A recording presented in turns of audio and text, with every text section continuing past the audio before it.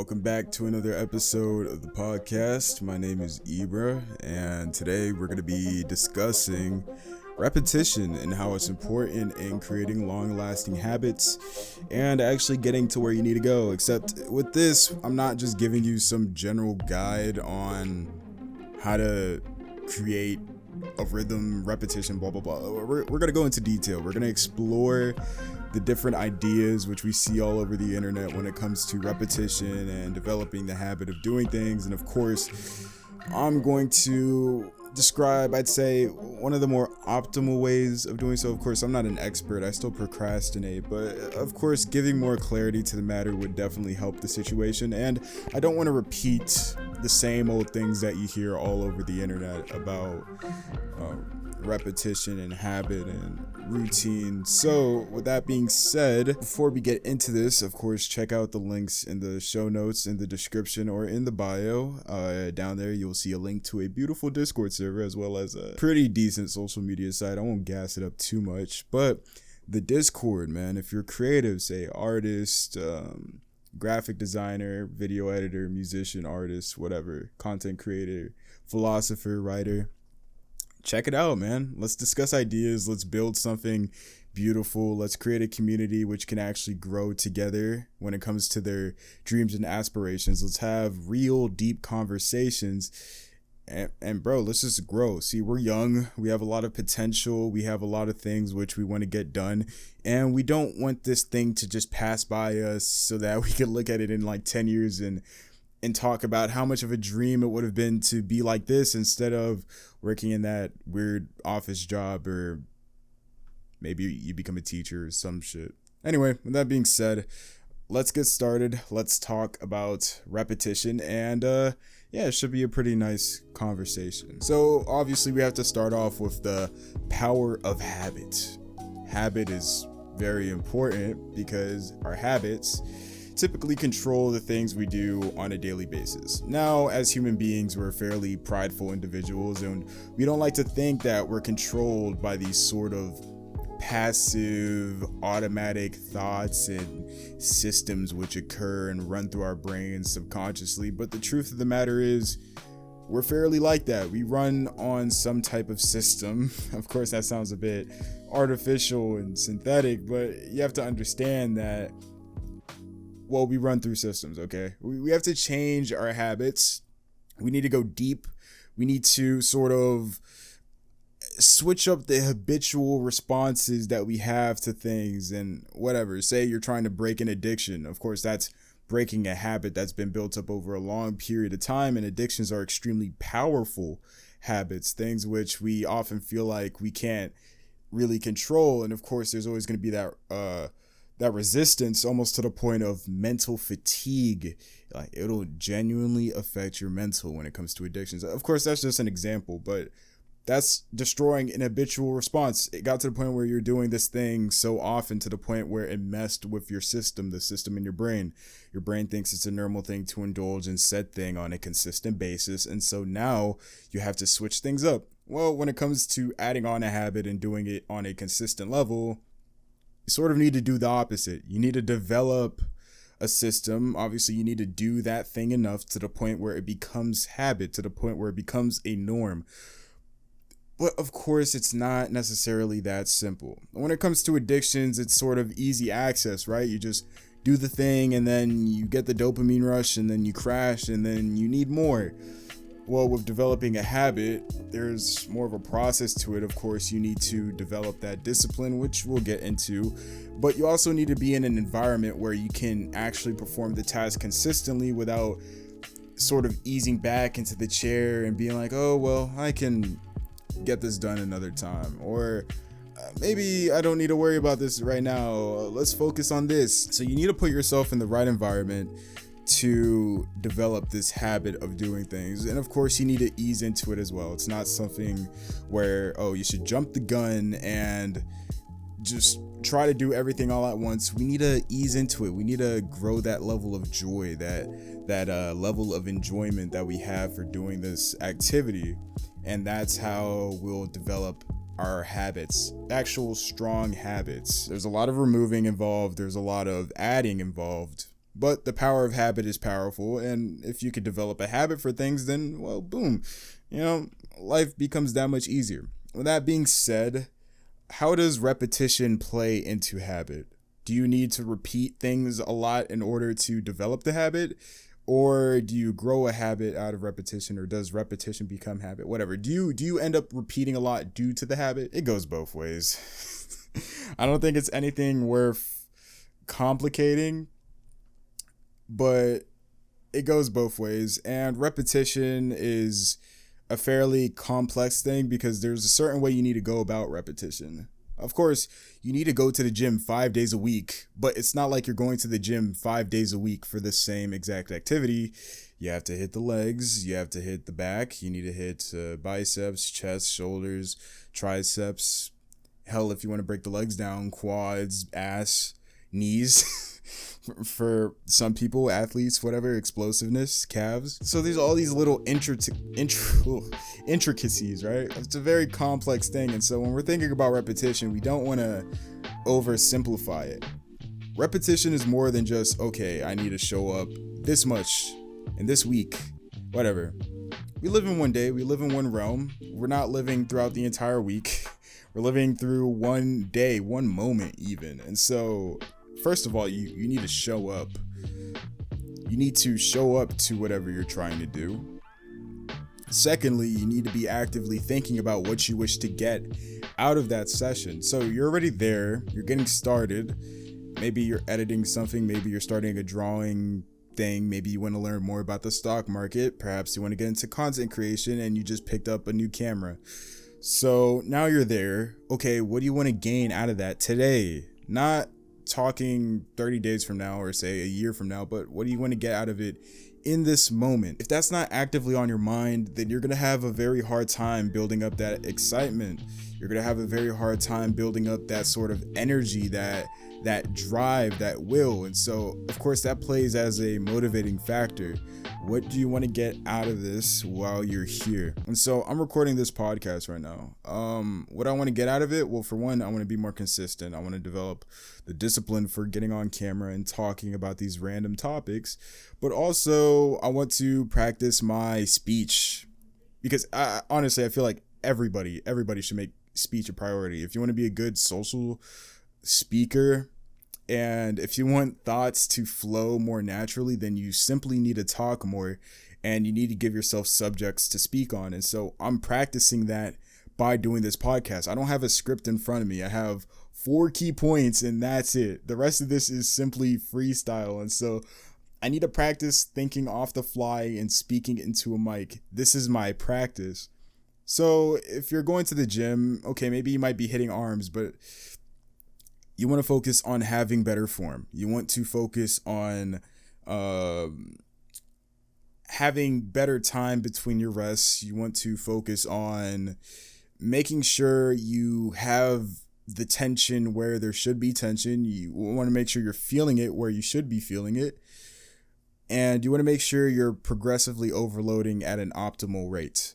And of course, you want to make sure that you're not rushing into things. When we begin to give deeper thought to where these repetitions reside, when we begin to give deeper thought to where we want these goal or these habits to be transformed, when we give deeper thought into what we're pursuing in the first place, it'll be a lot easier to develop that routine, that repetition, that habit, because you're giving it better attention. You're more emotionally invested. And I feel like people really do miss out or severely undervalue emotional investment into what they're doing. You see a goal and you look at it and your thought is, oh, well, yeah, this is something that I can see myself doing. Oh, yeah, it'd be dope to be able to afford an apartment by pursuing this. Or it'd be dope to become popular or do this or do that for a living, to freelance this and make this work, to become a master at it. Of course, that's a really nice thing, but do you have that built up? And so when we begin to pay more attention, when we begin to treat this thing like we love it, when we begin to treat it as something that we're genuinely serious about, it'll be so much easier to build up a habit, to build up a routine, because now it's not just making it. Now it's not just being there, being present.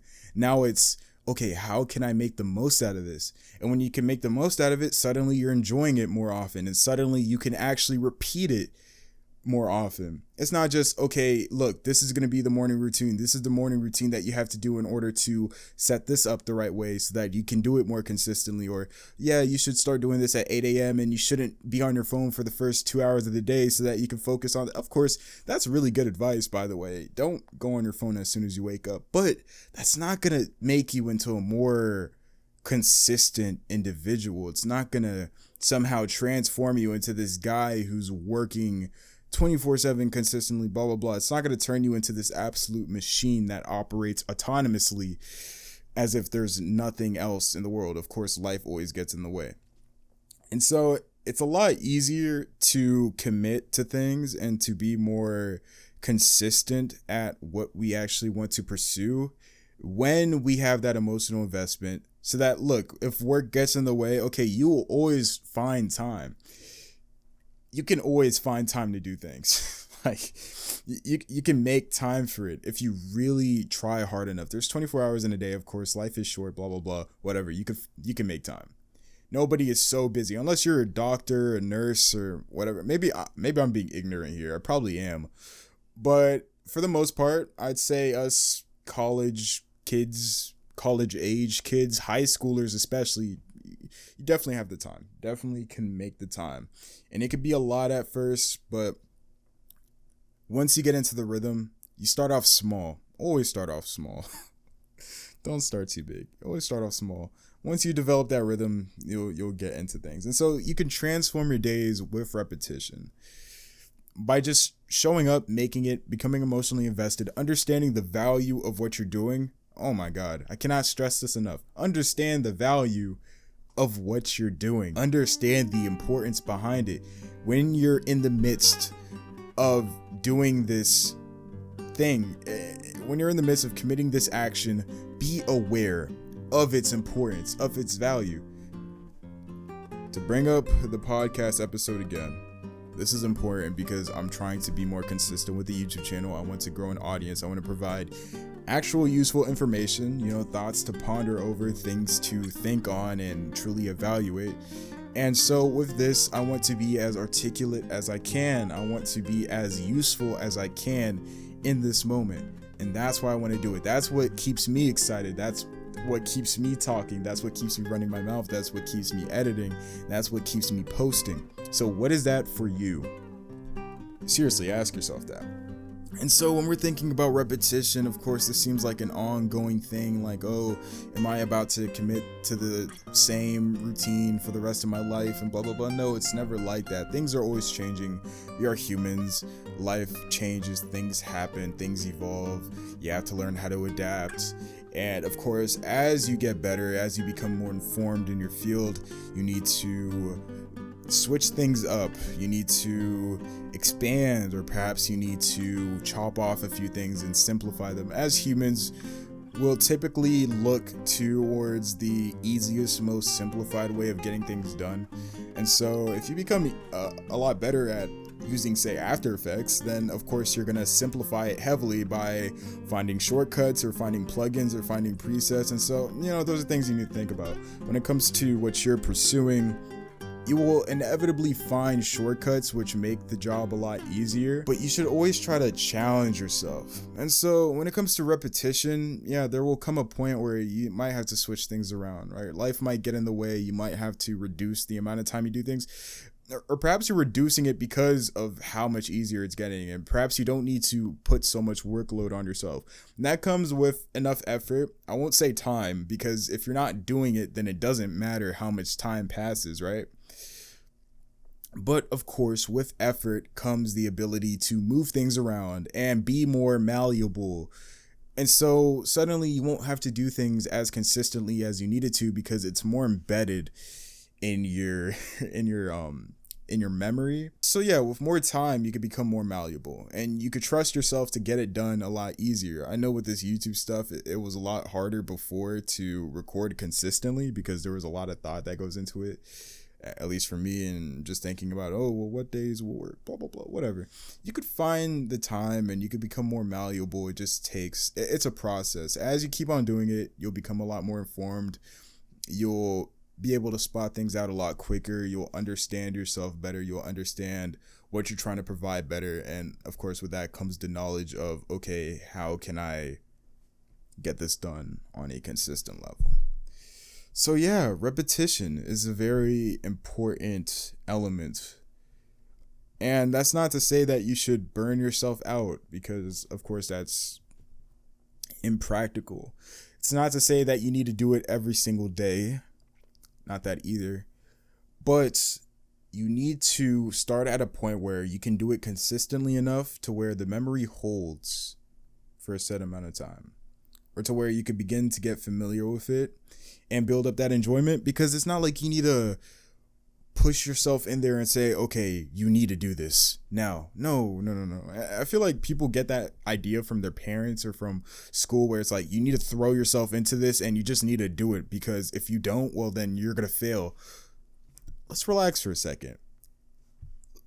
Let's actually learn how to enjoy this real quick. Let's build up an actual joy for this thing first, because the idea is lovely, but when we're in the midst of it, let's try to pick out our favorite moments. Whatever the case is, you need to find bits of it that you seek, that you find some type of joy out of, so that next time when you might not feel like it, you'll be like, oh, well, I really did enjoy doing that last time, so it would be fun to repeat that. That's what it's about. It's not about mentally toughening yourself up so much. Of course, there's an aspect to that. There's definitely levels there. There are many benefits in being mentally tough and disciplined in that field, but you also have to be excited about it to a certain degree. You also have to be able to look at it and be like, well, I really did enjoy doing that last time. I want to do it again. Because that's how you do it without burning out. Not by listening to this shallow advice of, oh, well, you just need to be more disciplined. How are you supposed to build up discipline if you don't even love it? That doesn't even make fucking sense. Like, waking up at 4:30 in the morning and doing it every single day for 2 weeks will not make you more disciplined per se. Now, perhaps you might be that person who can spot things out and enjoy the small things, enjoy the smaller aspects of whatever you're doing. But for most people, it's like, okay, well, damn, I just did this and I burnt out and now I'm tired as hell and now I'm going to take the next 3 weeks off. And it happens so subtly. Like, you don't even notice the effects of it until later, where it's like, well, damn, that happened. And we get this idea from the internet that we have to be ruthless. We need to go through the pain and all that, and it's all good for certain aspects, for certain scenarios, but in general, if you really want to develop that consistency, if you really want to have that repetition, dude, you need to develop some serious love for what you're doing, or else you will hate it. And that goes for exercising, that goes for taking care of yourself too, because of course it's practical. All right, it's very much logical to want to take care of yourself and stay healthy, but most people just can't. They don't find any type of joy from limiting themselves. That's how they see it. And I'm not going to be somebody to judge, because I feel the same way about other things too. So why would it be a surprise for someone to feel that same way about their health, especially in the modern age where things are so accessible now? You have to find some joy in it. You want to find some love in it. And so for exercising, it could be, going to the gym, going on the treadmill is really fun. It's peaceful. I get to listen to my favorite podcast. Or stretching afterwards is a very soothing experience. Going into the sauna is very lovely. Just being able to push myself, it reminds me of my favorite character from this show or that manga or that comic. So you're making these emotional connections to what you're doing, and suddenly you find yourself just doing it more, because you're no longer worried about, oh, damn, but I'm so exhausted. No, now it's like, oh, wow, I get to go back and I get to experience this again, and it's lovely. And so I'm going to leave it at that. Find the love in it. That is how you master repetition. Find the love in what you're doing. Keep in mind the small moments. Don't just focus on getting it done. Get it done with some quality and some clarity. Get it done and be happy with how you were in the moment. Not the fact that you just got it done. Because it's going to finish, right? It's bound to finish. You're not going to be there forever. So as you're working on that art piece, as you're working on that song, as you're working on that video, as you're working on that post, as you're working on that clothing, find the small moments to appreciate. Find an aspect of that progression in which you really do love, or multiple aspects, or the whole thing if you can, God willing. If you could do that, man, I'm seriously jealous. Yeah, just find that. Let's not overcomplicate this, because this seriously isn't that complicated. I had to learn this the hard way, and I can't believe it took me this long to notice or to realize it, because the past 3-4 years that I've been on this sort of self-improvement journey, I can't say I'm on it anymore. But definitely throughout that phase from middle of sophomore year to now out of high school, I was sort of that hard-headed, I need to remain consistent, I need to build up some damn discipline, go to the gym 2 weeks in a row and then miss a week and then go back for another 3 and then miss 2 type of guy. Or stop doing this for 6 months, fall back into the habit, go again for about a month, fall back into the habit, go again 3 weeks, fall back into the habit, repeat. And I was failing to understand why, but now it makes a lot more sense. If you can love the process enough, then you won't have to worry about things so much. You won't have to be so hard-headed. You won't have to be so anxious about what could come in the future. Because now it's just, look, I enjoy this, so I'm going to continue doing it. It's a good habit, so I'm going to continue doing it. Boom, suddenly you have repetition. It's that simple. Anyway, it's been a fun talk. I probably repeated myself quite a lot, but I feel like it's an important message that is severely underappreciated in the art of improving an individual's life.